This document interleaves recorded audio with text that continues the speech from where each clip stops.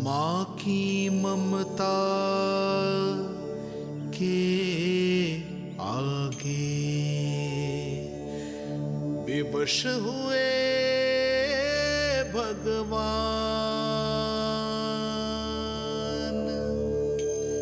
विवश हुए भगवान।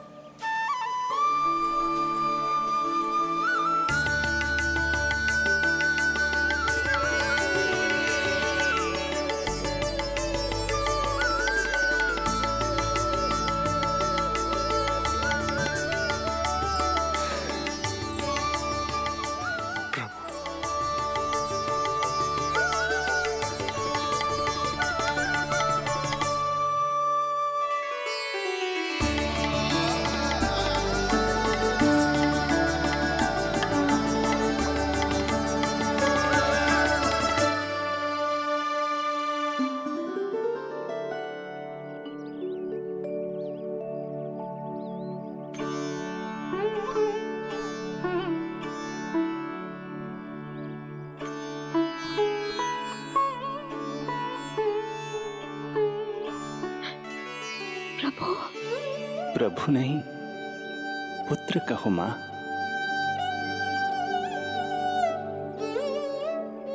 पुत्र, मेरा पुत्र, मेरा पुत्र।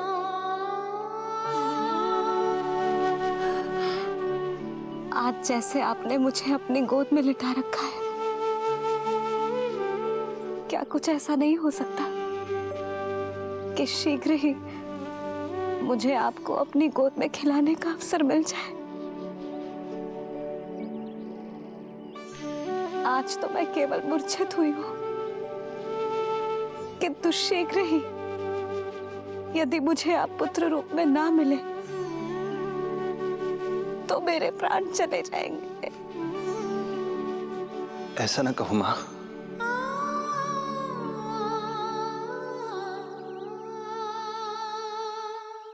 माता देवकी को मैं पहले ही वचन दे चुका हूं, इसलिए विधि के विधान के अनुसार मुझे उन्हीं का पुत्र बनकर जन्म लेना होगा।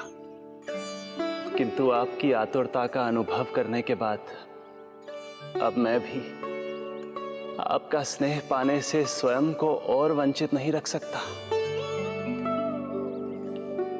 आपने वरदान मांगा था कि आप पुत्र की भांति मेरा पालन पोषण करना चाहती हैं, इसलिए यदि आप उचित समझे तो आप अगले जन्म में ही अपनी इच्छा पूर्ण कर सकती हैं। जिस आयु में संतान को अपनी मां की ममता के आंचल की आवश्यकता सबसे अधिक होती है,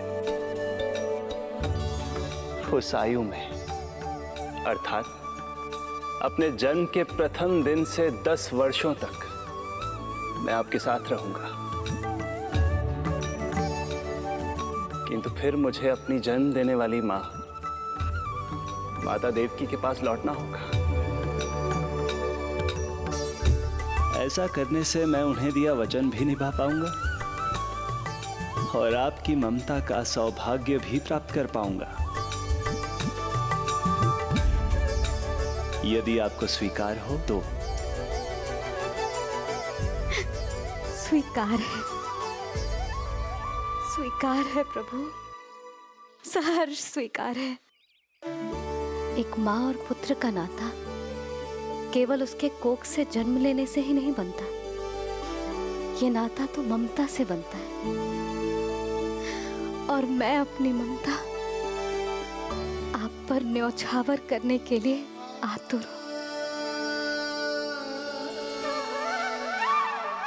यशोमती मैया के नंद लाला, यशोमती मैया के नंद लाला, यशोमती मैया के नंद लाला, यशोमती मैया के नंद लाला। तो इस प्रकार परमपिता परमेश्वर श्री हरि विष्णु एक ही जन्म में दो दो माताओं का पुत्र बनने के लिए उत्साहित भी थे और भावुक भी। किंतु जगत माता श्री लक्ष्मी और अन्य सभी देवगण ये जानना चाहते थे कि श्री हरि ये अभूतपूर्व कार्य कैसे करेंगे। भगवान बोले, ये सब संभव होगा उसके कारण जो मेरे अगले जन्म की कथा का मुख्य पात्र है, कंस।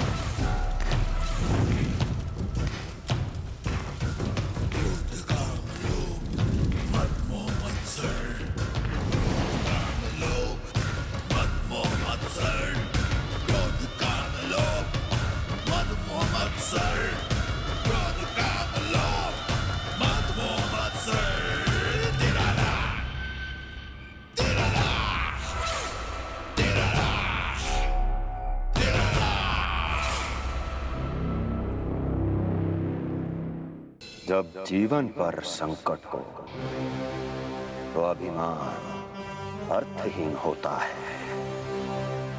जब प्राणों पर बनाए तो सम्मान स्वाभिमान सब निरर्थक होता है। इन व्यर्थ के मूल्यों को बीच में मत आने दो। और दया उसे तो बिल्कुल नहीं। मार डालो साधु संत ऋषि मुनि स्त्री वृद्ध, चाहे वो नवजात शिशु ही क्यों ना हो। किंतु हाँ, यदि शत्रु भारी पड़ने लगे, पराजय सामने दिखाई देने लगे, तो उसी क्षण शत्रु के पैर पकड़ लो और अपने प्राणों की भिक्षा मांग लो। अहंकार को आड़े मत आने दो। अग्नेः शेषम ऋणः शेषम शत्रुः शेषम तथैव च पुनः पुनः प्रवर्धेत तस्मात् शेषम न कार्येत। अर्थात अग्नि की एक भी चिंगारी, ऋण की एक भी मुद्रा और शत्रु की एक भी संतान यदि शेष रह जाए तो शीघ्र ही विकराल रूप धारण कर सकती है। इन सब का समूल नाश ही एकमात्र उपाय है अपनी सुरक्षा का। इसलिए कहता हूं, साम दाम दंड भेद कोई भी युक्ति क्यों ना लगानी पड़े, शत्रु के प्राणों का हरण ही परम उद्देश्य होना चाहिए। छोड़ो मत, फिर चाहे वो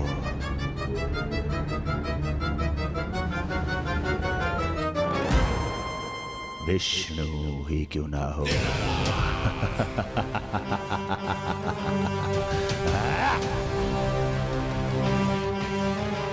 यही थी कंस की दिनचर्या। वो प्रतिदिन स्वयं को स्मरण कराता था कि स्वार्थ के लिए किसी भी सीमा को तोड़ने में कुछ अनुचित नहीं है। तभी तो राजगद्दी प्राप्त करने के लिए उसने अपने पिता महाराज उग्रसेन को भी नहीं छोड़ा था। पिताजी,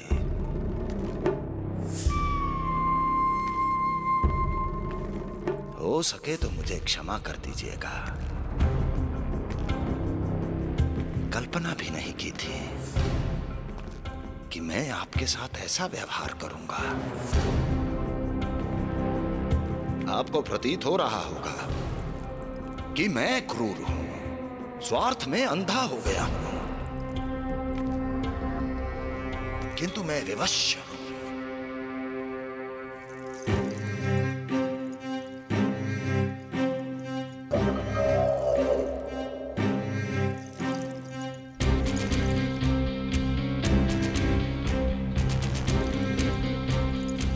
आज से सत्ता का ये भार अब मुझे उठाना पड़ेगा पिताजी, क्योंकि आप तो अत्यंत दयावान हैं। अपनी आवश्यकता से अधिक प्रेम आपको अपनी प्रजा से है, किंतु मैं ऐसा नहीं। मैं अपने शत्रुओं का काल हूं, तभी तो मेरे प्रति दुर्भावना रखने वाले मेरे सम्मुख आने से पहले थर थर कांपते हैं। इसलिए मथुरा का राज सिंहासन मेरे साथ अधिक सुरक्षित रहेगा, क्योंकि मैं आपसे अधिक उपयुक्त हूं पिताजी। मेरा विश्वास कीजिए। हृदय पर गोवर्धन पर्वत रखकर मुझे यह निर्णय लेना पड़ रहा है पिताजी।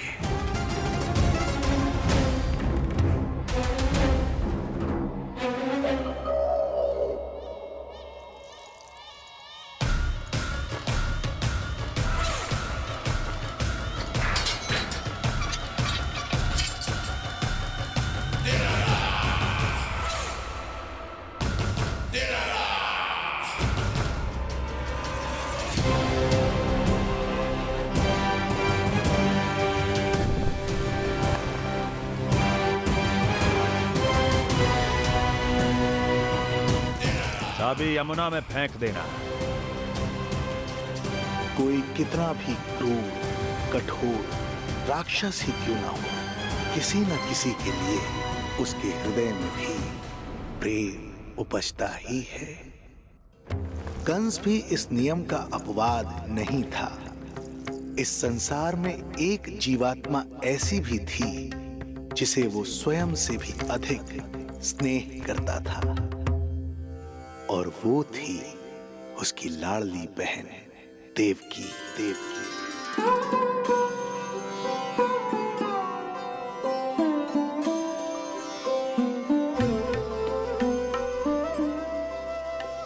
देवकी के लिए कंस एक राजा नहीं, मात्र भाई था, जो अपनी बहन की छोटी सी मुस्कुराहट के लिए आकाश पाताल एक कर सकता था।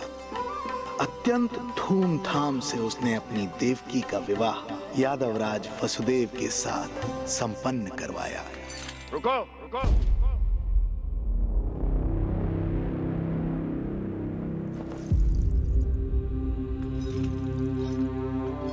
ये आप क्या कर रहे हैं? आप मथुरा नरेश हैं? नहीं कुंवर जी,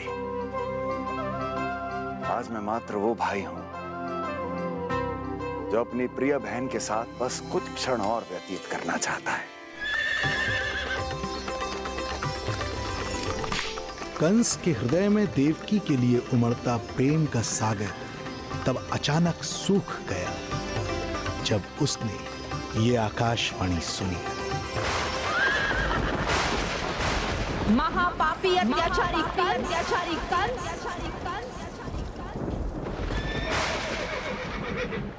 जिस देवकी को तू इतने प्रेम से ससुराल ले जा रहा है, वही तेरे अंत में सहायक होगी। तेरा काल तेरी प्रिय बहन के गर्भ से उसकी 8वीं संतान बनकर जन्म लेगा और तेरा विनाश करेगा, विनाश करेगा।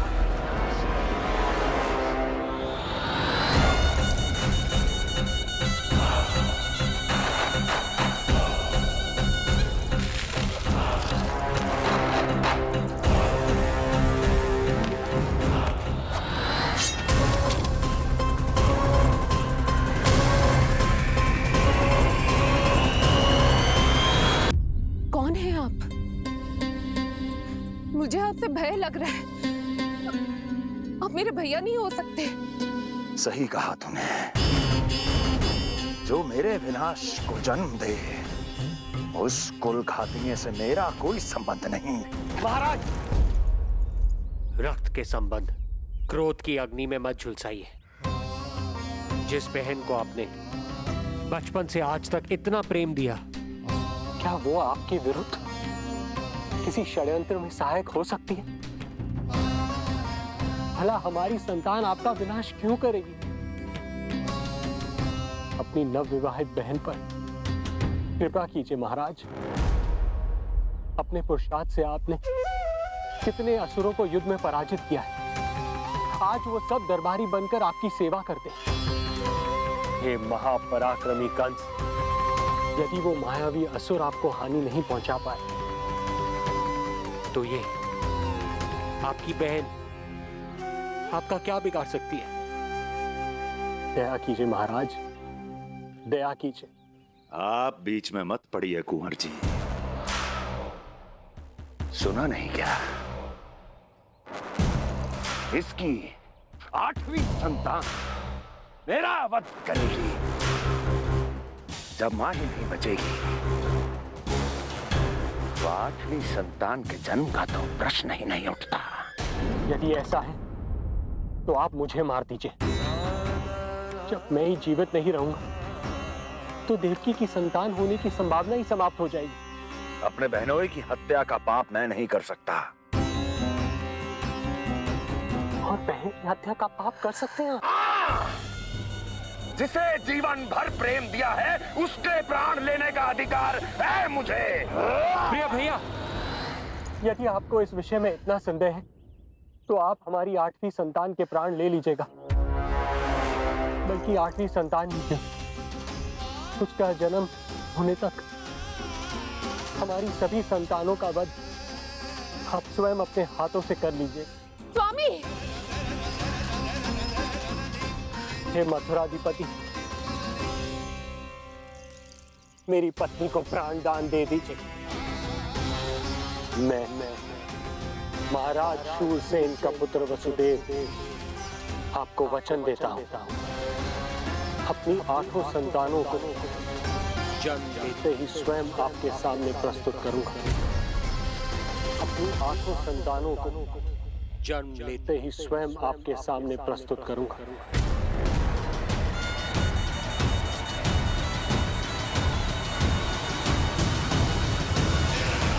बधाई हो कुंवर जी। अपनी पत्नी के प्राण बचाने में आप सफल हुए, किंतु आपकी संतानें इतनी भाग्यशाली नहीं होंगी। वचन स्मरण रहे।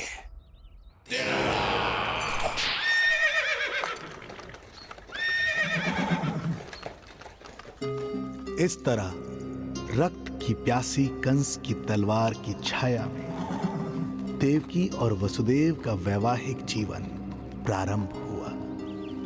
जब कंस की निर्ममता और वसुदेव के वचन का ये दुखद समाचार गोकुल पहुंचा, तो हे नारायण, अर्थात राजा वसुदेव यदि कंस के सामने गिड़गिड़ाते नहीं तो रानी देवकी के प्राण चले जाते। हाँ नंदराज, और अब वो दोनों कंस के महल में हैं, किंतु वो महल भी उनके लिए किसी बंदी गृह से कम नहीं है।